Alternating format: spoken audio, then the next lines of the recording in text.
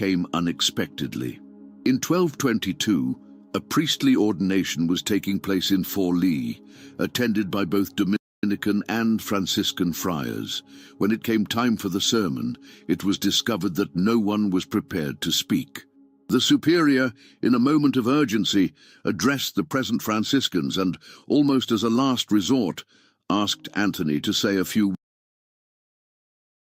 words. The humble friar attempted to decline, but his obedience compelled him to accept. The assembled crowd expected at best a few simple and pious words. What happened next left everyone speechless. Anthony began to speak, and, as if a sealed fountain had suddenly been opened, a sermon of such theological depth, eloquence, and fervent spirituality flowed from his lips, astonishing those present. His knowledge of the Scriptures, the clarity of his exposition, and the power of his words revealed an extraordinary preacher who had until then remained hidden. The Dominicans, known for their excellence in preaching, could hardly believe that a simple Franciscan friar possessed such mastery of theology and oratorical ability. News of the Forlì sermon spread like wildfire throughout the region. When St. Francis of Assisi learned of the event, he saw in it the hand of Providence. He immediately wrote a brief but significant letter to Anthony. "To Brother Anthony, my bishop, Brother Francis sends his greetings. I am pleased that you teach sacred theology to the brothers, provided that through this study you do not quench the spirit of prayer and devotion contained in the rule."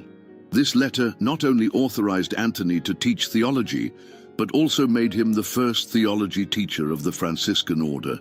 This recognition marked the beginning of a new stage in Anthony's life.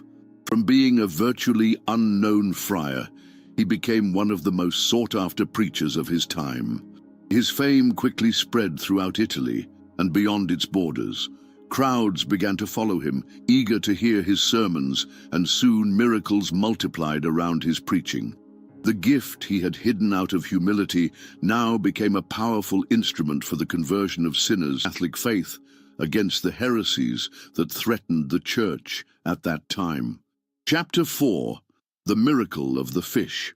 The city of Rimini, located on the Adriatic coast, was an important commercial center in the 13th century, but also a stronghold of Cathar heresy.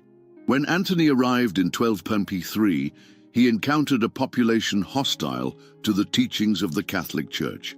The heretics, led by an influential preacher named Bonillo, had attempted to preach in the city squares. But the inhabitants, influenced by the Cathars, refused to listen to him and even openly mocked him. One day, after several unsuccessful attempts to preach in the city, Anthony went to the mouth of the Marecchia River, where fresh water mixed with the Adriatic Sea.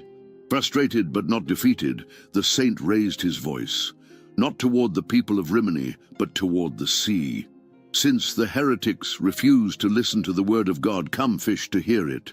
What happened next was one of the most extraordinary and memorable miracles in the saint's life. Suddenly, to the astonishment of the few witnesses present, a multitude of fish of various sizes began to emerge from the waters.